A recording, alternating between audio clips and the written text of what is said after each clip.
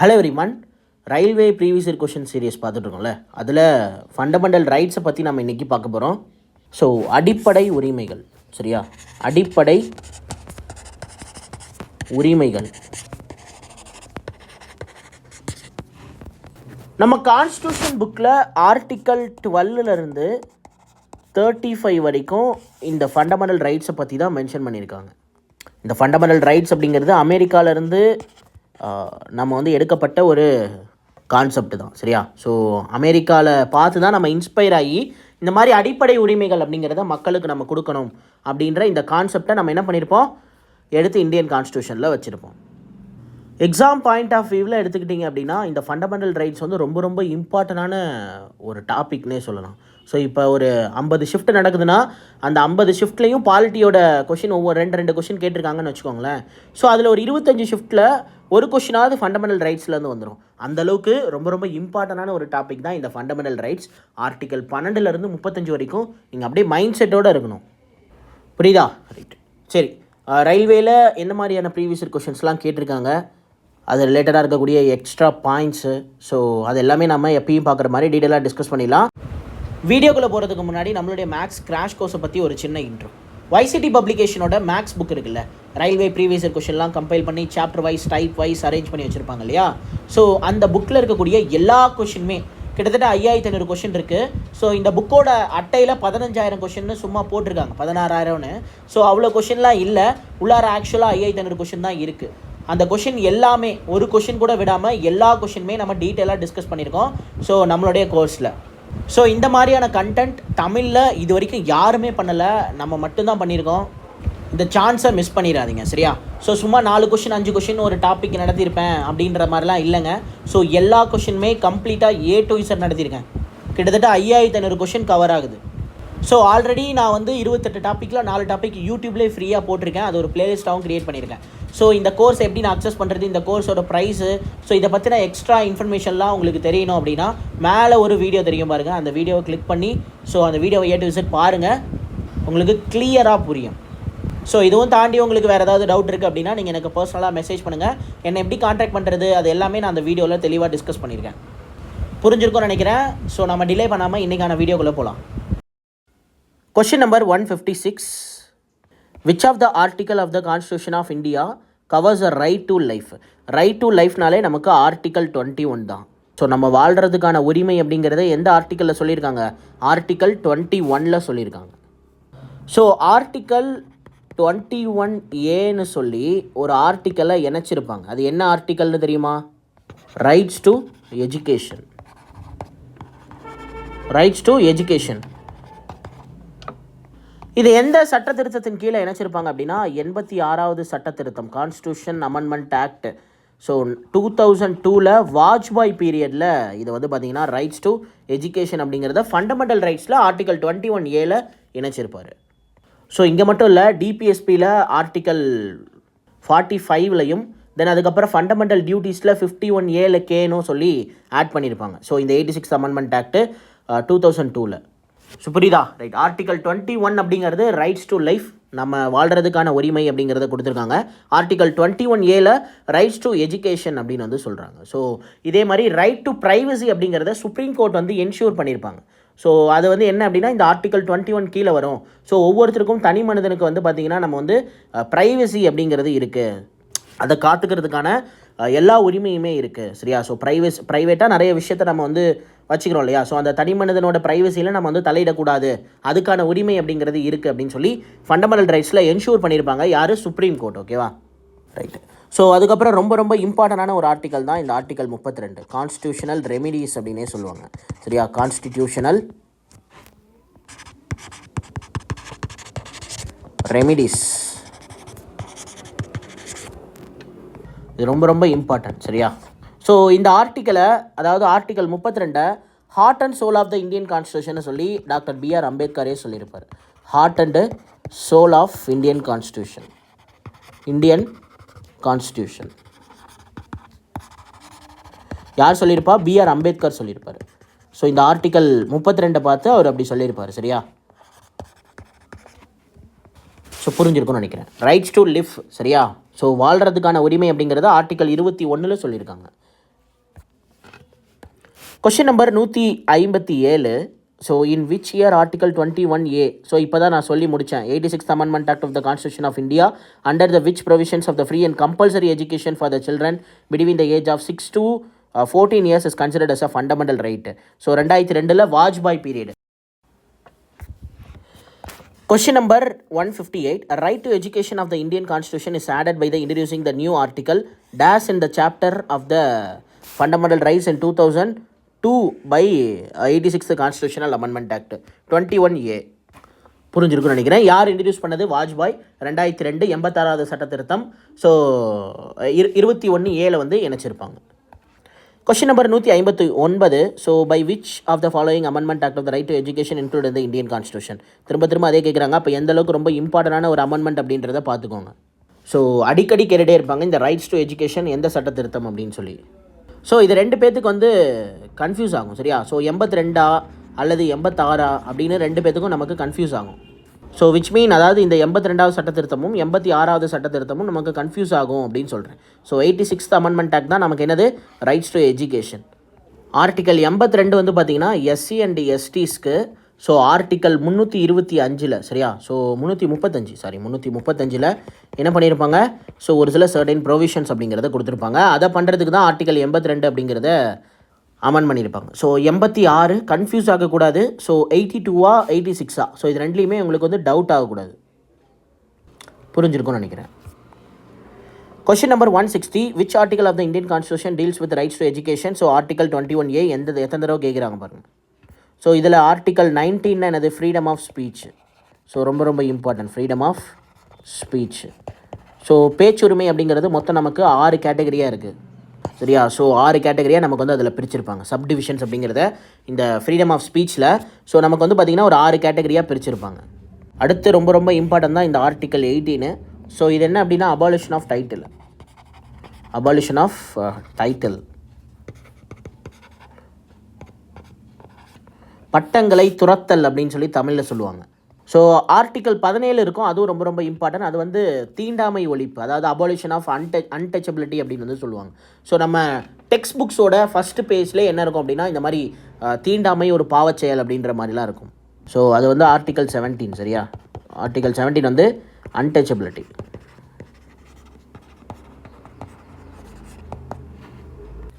So புரிஞ்சிருக்கும்னு நினைக்கிறேன். Question number 161. By 86th Amendment Act, which of the following rights has been included in the list of the fundamental rights of the part of the rights to freedom by adding 21A of the Indian Constitution? எல்லாருக்குமே தெரிஞ்சிருக்கும். Article 21A rights to education அப்படின்னு நமக்கே தெரியும். So புரிஞ்சிருக்கும்னு நினைக்கிறேன்.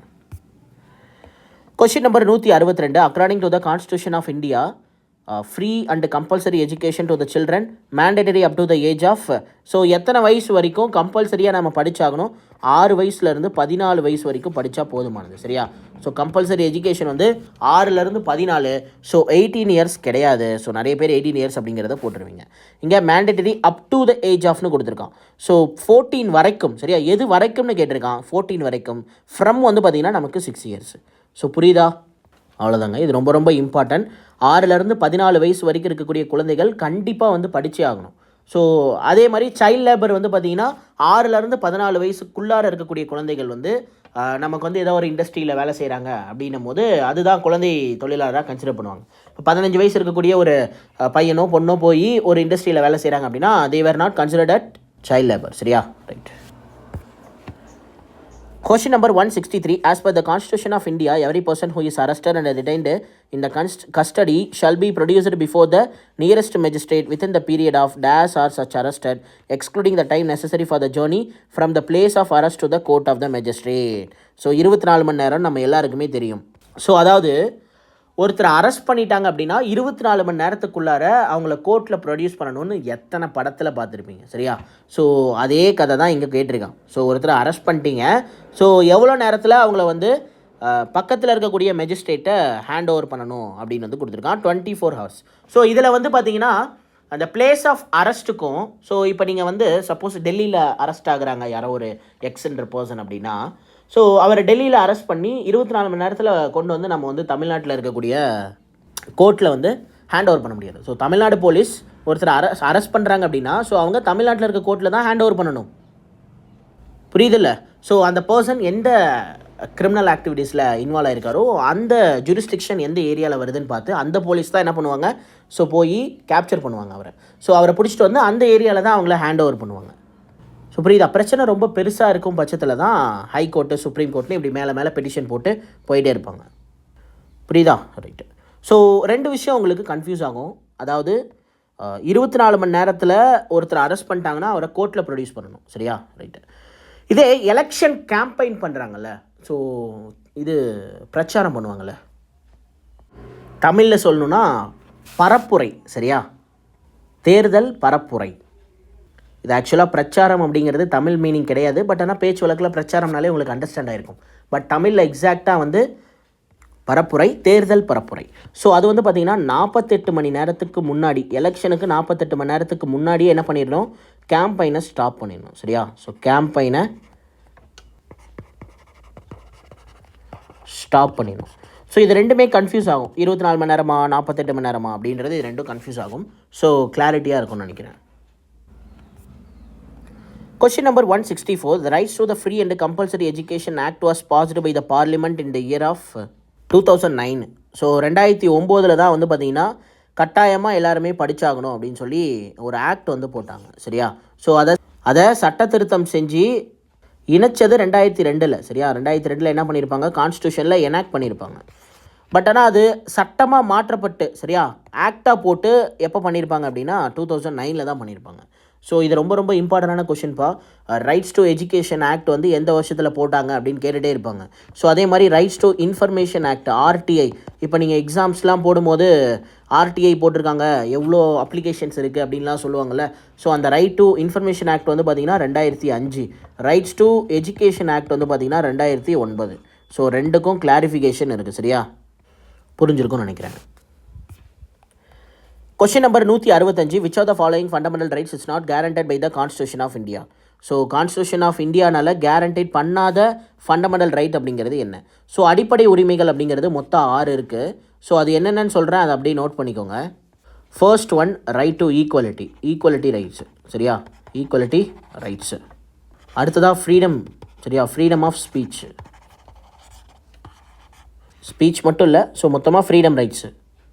So அதில் freedom of speech வரும், then rights to live வரும். ஸோ எல்லாமே வரும். சரியா? ரைட். அடுத்ததாக ரைட் எகெயின்ஸ்ட் எக்ஸ்ப்ளாய்டேஷன். ஸோ எக்ஸ்ப்ளாய்டேஷனுக்கு எதிராக போராடக்கூடியது exploitation, rights against exploitation. So இப்போ இந்த எக்ஸ்ப்ளாய்டேஷனுக்கு கீழே தான் 2 ஆர்டிக்கல் வரும். ஒன்று வந்து பார்த்திங்கன்னா மனித கடத்தல், ஸோ இன்னொன்று வந்து பார்த்திங்கன்னா நமக்கு குழந்தை தொழிலாளர், ரெண்டுமே அதில் வந்துடும். So human traffic and child labour, so ரெண்டுமே நமக்கு அதில் வந்துடும். அடுத்ததாக 4th ஒன்று வந்து பார்த்திங்கன்னா நமக்கு ரிலீஜியஸ் ரைட்ஸ். ஸோ இந்தியாவில் இருக்கக்கூடிய யார் வேணாலும் எந்த மதத்தை வேணுனாலும் பின்பற்றலாம், அதில் எந்த ஒரு தடையுமே கிடையாது. ஸோ அதை தான் சொல்லியிருப்பாங்க. அடுத்ததாக 5th ரைட் என்ன அப்படின்னா cultural and educational rights. Educational rights சிறுபான்மையினரோட கலாச்சாரம் மற்றும் கல்வி உரிமை அப்படின்னு வந்து தமிழில் சொல்லுவாங்க. So cultural and educational rights for minorities. So அடுத்ததாக 6வது ரைட் என்ன அப்படின்னா இப்போ வந்து கான்ஸ்டியூஷனல் ரெமிடிஸ் இருக்குது. பட் ஆனால் இதுக்கு முன்னாடி ரைட்ஸ் டு ப்ராப்பர்ட்டி இருந்தது. ஸோ அதை என்ன பண்ணிட்டாங்கன்னா ரிமூவ் பண்ணிட்டாங்க. ஸோ அது ஃபண்டமெண்டல் ரைட்ஸ்லேருந்து ரிமூவ் பண்ணிவிட்டு அதை இப்போ சாதாரண லீகல் ரைட்டாக மாற்றிட்டாங்க. ஸோ ரைட் டு ப்ராப்பர்ட்டி நான் எழுதுகிறேன். ஸோ அதுக்கப்புறம் நான் ரிமூவ் பண்ணிட்டாங்க அப்படின்னு எழுதுகிறேன். Rights to property.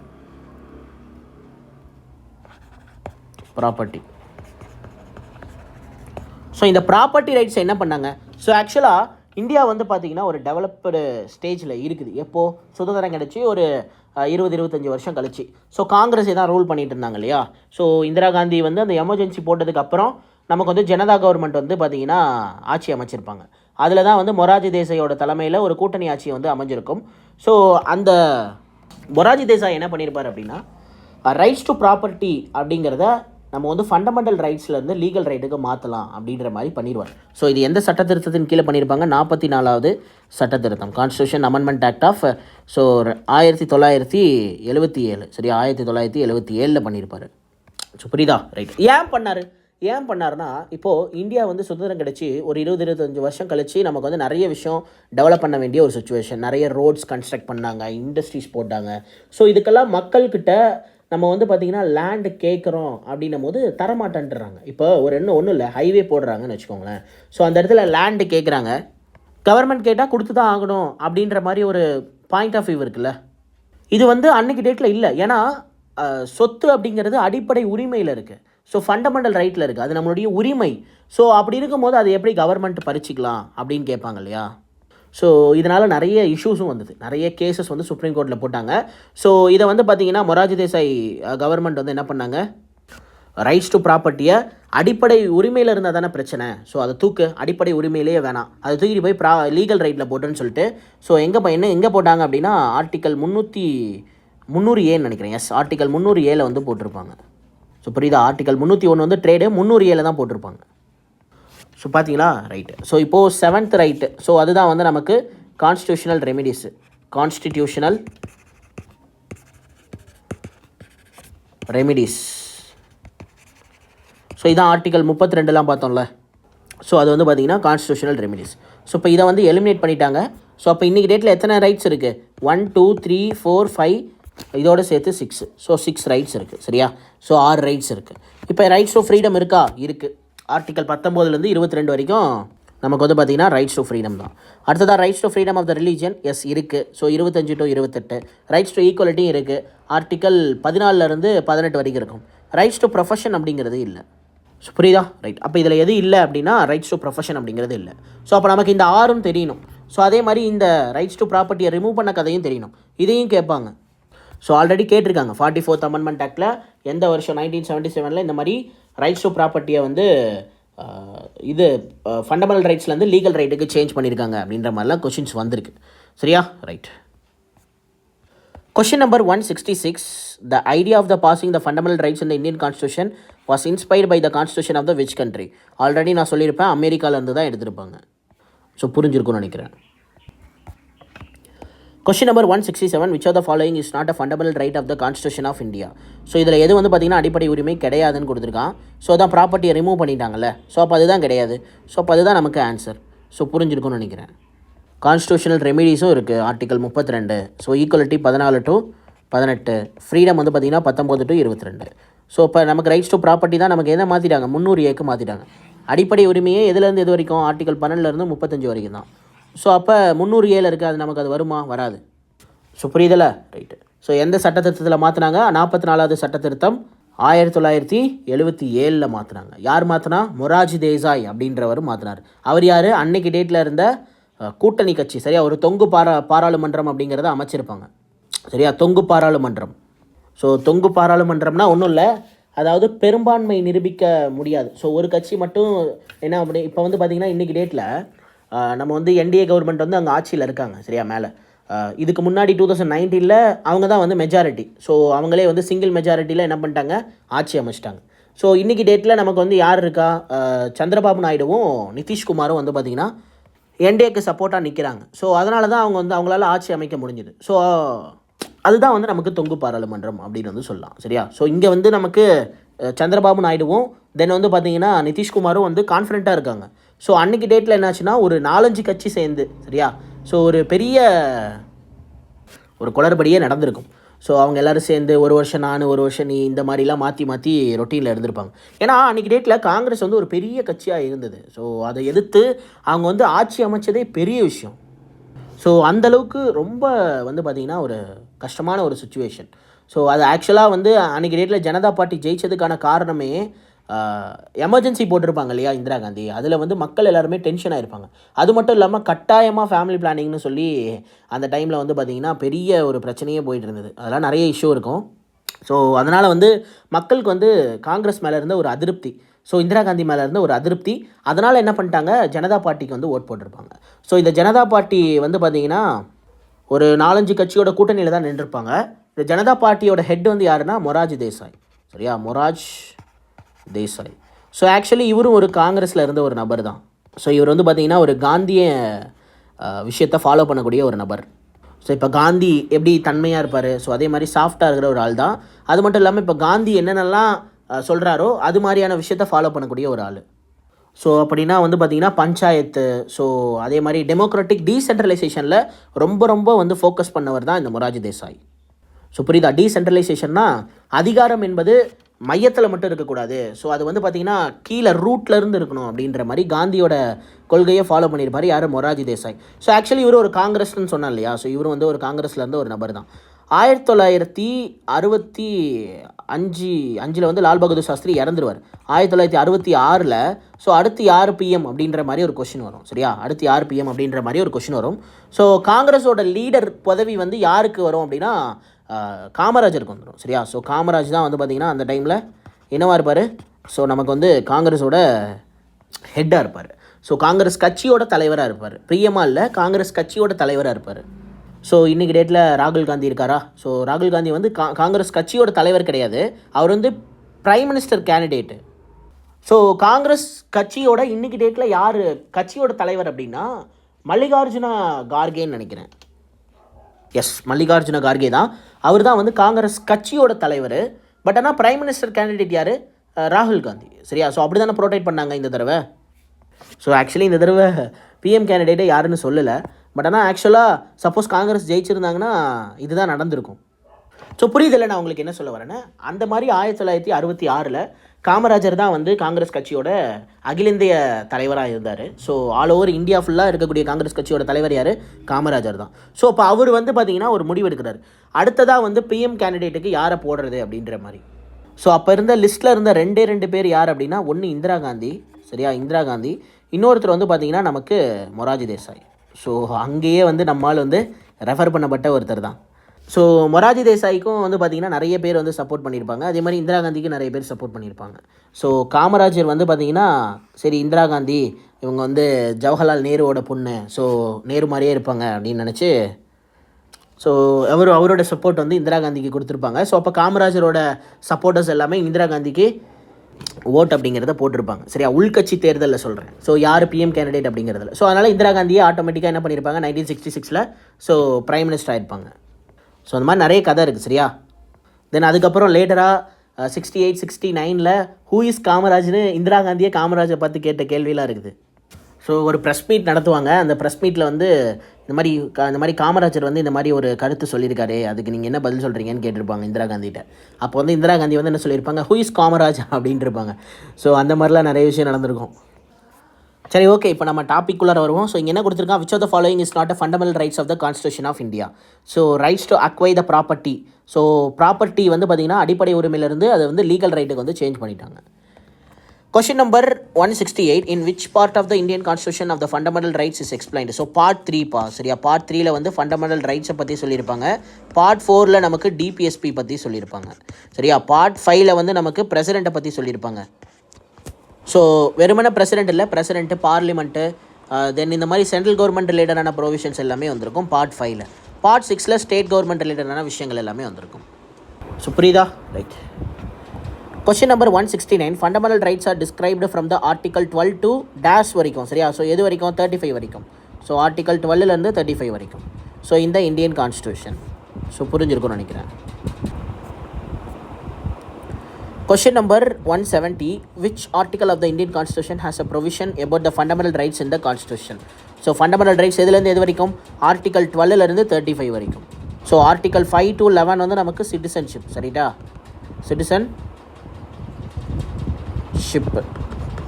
Article 36 to 51 நமக்கு டிபிஎஸ்பி.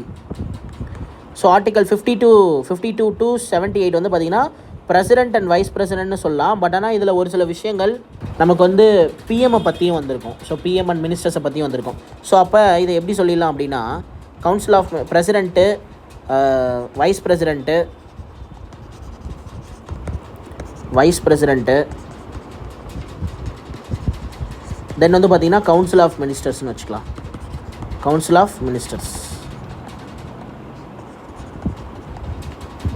புரியுதா? ரைட். ஸோ இதில் வந்து அட்டார்னி ஜெனரலும் வந்துடுவார். ஸோ 76 ஆர்டிகல் 76 அட்டார்னி ஜெனரலும் வந்திருப்பார். சரியா? ஸோ இப்போ நீங்கள் பொதுவாக ஞாபகம் வச்சுக்கலாம். 52 to 78 வந்து நமக்கு சென்ட்ரல் கவர்மெண்ட்டை பற்றி சொல்லியிருப்பாங்க. அதில் ஒரு part president, vice president, council of minister, and அதில் வந்து பார்த்திங்கன்னா அட்டார்னி ஜெனரல் வந்துடுவார். ஸோ அடுத்ததாக 79 தான் பார்லிமெண்ட் ஸ்டார்ட் ஆகும். ஸோ பார்லிமெண்ட் வந்து 79 122 வரைக்கும் ஸ்டார்ட் ஆகும்னு நினைக்கிறேன். 123 வந்து சுப்ரீம் கோர்ட்டு. ஸோ அது மாதிரி அடுத்த சுப்ரீம் கோர்ட் வந்து 123 148 வரைக்கும் வந்துடும். 149 148 இல்லை 46 வரைக்கும் வந்துடும். 47 48 49 இதெல்லாம் வந்து சிஏஜி பற்றி வந்துடும். ஸோ புரியுதா? Right. Question number 171. Most of the fundamental rights are included in the article from our constitution. எதுலேருந்து எது வரைக்கும்? ஆர்டிக்கல் 12லேருந்து 35 வரைக்கும். சரியா? Right. Article 172 part 3 of the Indian constitution deals with the subjects fundamental right. அடிப்படை உரிமையை பற்றி தான் வந்து டிஸ்கஸ் பண்ணுறாங்க. புரிஞ்சிருக்கும்னு நினைக்கிறேன். Question number 173. In India, what is the age allowed to get a factory employment? அதான் நான் ஆல்ரெடி சொல்லியிருந்தேன். 6 to 14 இயர்ஸ் வரைக்கும் அவங்க வந்து என்னது, ஸோ அடிப்படையாக கல்வி கற்றுக்கணும். தென் அதுக்கப்புறம் 14 இயர்ஸ்க்கு மேலே இருந்தால் நமக்கு பிரச்சனை இல்லை. இப்போ 14 years is a right answer. சரியா? 14 வயசு நிறைவடைந்திருக்கணும், முடிஞ்சிருக்கணும். Question number 174. The rights to the privacy is mentioned under the which part of the constitution? So அதான் ரைட்ஸ் டு ப்ரைவசி அப்படிங்கிறத சுப்ரீம் கோர்ட் அஷ்யூர் பண்ணியிருப்பாங்கன்னு நான் சொன்னேன் இல்லையா? ஸோ எதில்? ஃபண்டமெண்டல் ரைட்ஸில். ஸோ அப்போ part 3 தானே fundamental rights. So part 3 is a right answer. So புரிஞ்சிருக்கும்னு நினைக்கிறேன். ஸோ அந்த சுப்ரீம் கோர்ட் வந்து அஷ்யூர் பண்ணியிருப்பாங்கன்னு சொன்னல, அது எந்த வருஷம்னா 2017 தான் சுப்ரீம் கோர்ட் என்ன பண்ணியிருப்பாங்க, ஸோ இந்த மாதிரி நமக்கு ரைட்ஸ் டு ப்ரைவசி, சரியா, ப்ரைவசி அப்படிங்கிறத அஷ்யூர் பண்ணியிருப்பாங்க. புரிஞ்சிருக்கும்னு நினைக்கிறேன். Question number 175. The rights to privacy is an integral part of the which of the section of the Constitution of India? So fundamental rights. Question number 176. Which part of the Indian Constitution gives a state the right to make a special provision for the children, women and scheduled caste and scheduled tribes? So article 15 and 16 தான் சொல்லியிருப்பாங்க இந்த மாதிரி children, women, schedule caste and schedule ட்ரைப்ஸை பற்றிலாம் article 15 and 16 இந்த மாதிரி special ப்ரொவிஷன்ஸை பற்றி சொல்லியிருப்பாங்க. ஸோ அது வந்து பார்த்திங்கன்னா ஆர்டிக்கல் 15 அப்படிங்கிறது பார்ட் 3 தானே இருக்குது. ஸோ இப்போ பார்ட் 3 தான் கரெக்டான ஆன்சர். சரியா? ஸோ ஆர்டிக்கல் 15 அப்படிங்கிறது நமக்கு ஃபண்டமெண்டல் ரைட்ஸில் தான் இருக்குது. ஸோ இப்போ part 3 is a right answer. Question number 177. In which year the Rights to Education Act, RTE Act, so நல்லா ஞாபகம் வச்சுக்கோங்க. RTE Act வந்து 2009. சரியா? ஸோ 2009. ஸோ இந்த 2009 என்ன பண்ணியிருப்பாங்க, ஆக்டை போட்டிருப்பாங்க. சரியா? ஆக்டை போட்டிருப்பாங்க. பட் ஆனால் 2010 தான் என்ன இருக்கும், நடைமுறைக்கு வந்திருக்கும். சரியா? ஸோ நடைமுறைக்கு வந்திருக்கும்.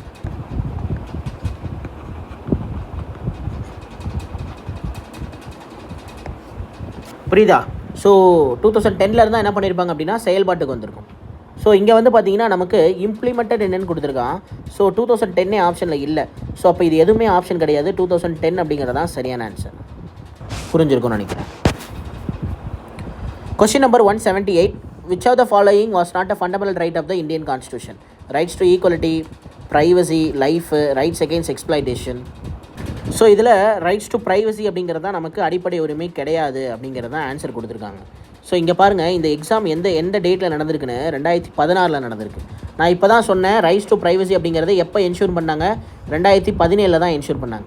ஸோ அன்னைக்கு டேட்டில் இந்த கொஷினுக்கான ஆன்சர் வந்து ரைட்ஸ் டு ப்ரைவசி. பட் ஆனால் இன்றைக்கி டேட்டில் இது எதுவுமே நமக்கு ஆப்ஷன் கிடையாது. So none of the above அப்படிங்கிறது தான் கரெக்டான answer. None of the above. So அன்றைக்கி டேட்டில், அதாவது 2016 இந்த எக்ஸாம் நடந்திருக்கு. ஸோ அன்றைக்கி டேட்டில் ரைட்ஸ் டு ப்ரைவசி அப்படிங்கிறத அடிப்படை உரிமையாக அவங்க வந்து கன்சிடர் பண்ணலை. ஸோ அப்போ நமக்கு ரைட்ஸ் டு ப்ரைவசி அப்படிங்கிறது ஆன்சராக இருந்திருக்கும். பட் ஆனால் இன்றைக்கி டேட்டில் நமக்கு வந்து பார்த்திங்கன்னா ரைட்ஸ் டு ப்ரைவசி அப்படிங்கிறது அடிப்படை உரிமையாக கன்சிடர் பண்ணிட்டாங்க. ஸோ இதெல்லாம் தான் கரண்ட் அஃபேர்ஸ், இதெல்லாம் தான் நம்ம அப்டேட் பண்ணியிருக்கணும். 2016 இந்த மாதிரி விஷயங்கள் இருந்திருக்கு. 2017 இந்த மாதிரி அப்டேட் பண்ணியிருக்காங்கன்ற கரண்ட் அஃபேர்ஸை 2017 நீங்கள் படிச்சிருந்தா தான் 2019-20 நடந்த அந்த எக்ஸாம்ஸில் உங்களுக்கு இந்த கொஸ்டின் அப்படியே ரிஃப்ளெக்ட் ஆகிருக்கும். ஸோ புரியுதா உங்களுக்கு நான் என்ன சொல்கிறேன்னு? ஸோ அந்த மாதிரி அப்டேட் பண்ணிக்கணும். ஸோ புரியுதுல்ல? ரைட். ஸோ ரொம்ப அவுடேட்டடான விஷயங்கள் எல்லாமே நான் சொல்லித்தரும்போது உங்களுக்கு இருக்காது. ஸோ அதில் வந்து பார்த்திங்கன்னா இப்போது 2024 வரைக்கும் என்னென்ன விஷயங்கள் இம்ப்ளிமெண்ட் பண்ணியிருக்காங்களோ அதெல்லாம் பாலிட்டி, எக்கனாமிக்ஸ் எது நான் சொல்லி கொடுத்தாலும் அதில் நான் உங்களுக்கு அப்டேட் பண்ணிடுவேன்.